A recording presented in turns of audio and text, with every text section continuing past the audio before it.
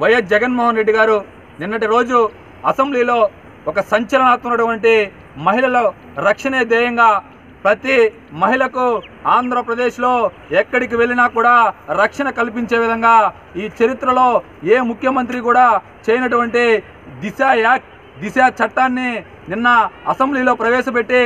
మహిళా ప్రభుత్వం అని చెప్పి నిరూపించిన వైఎస్ జగన్మోహన్ రెడ్డి గారికి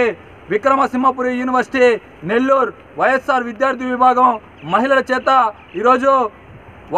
వైఎస్ జగన్మోహన్ రెడ్డి చిత్రపటానికి పాలాభిషేకం చేసి ఇటువంటి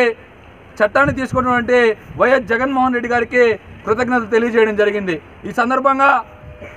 ఈ దేశంలో ఉన్నటువంటి 29 రాష్ట్రాల్లో ఏ రాష్ట్రంలో కూడా ఇటువంటి యాక్ట్ లేదు। ఈ దిశ యాక్ట్ ఒక మహిళ మీద అత్యాచారం చేసిన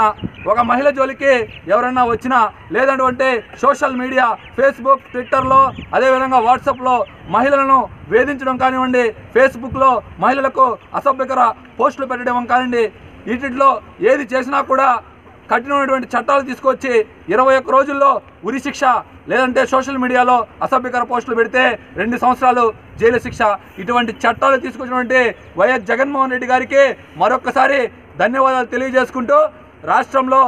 ఏ ఒక్క మహిళ కూడా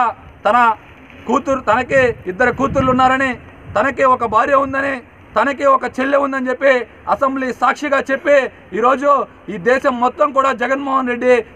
రెడ్డి గారి ప్రభుత్వం వైపు చూసే విధంగా ఈ దిశ యాక్ట్ తీసుకొచ్చినటువంటి వైఎస్ జగన్మోహన్ రెడ్డి గారికి ధన్యవాదాలు తెలియజేస్తా ఉన్నాం।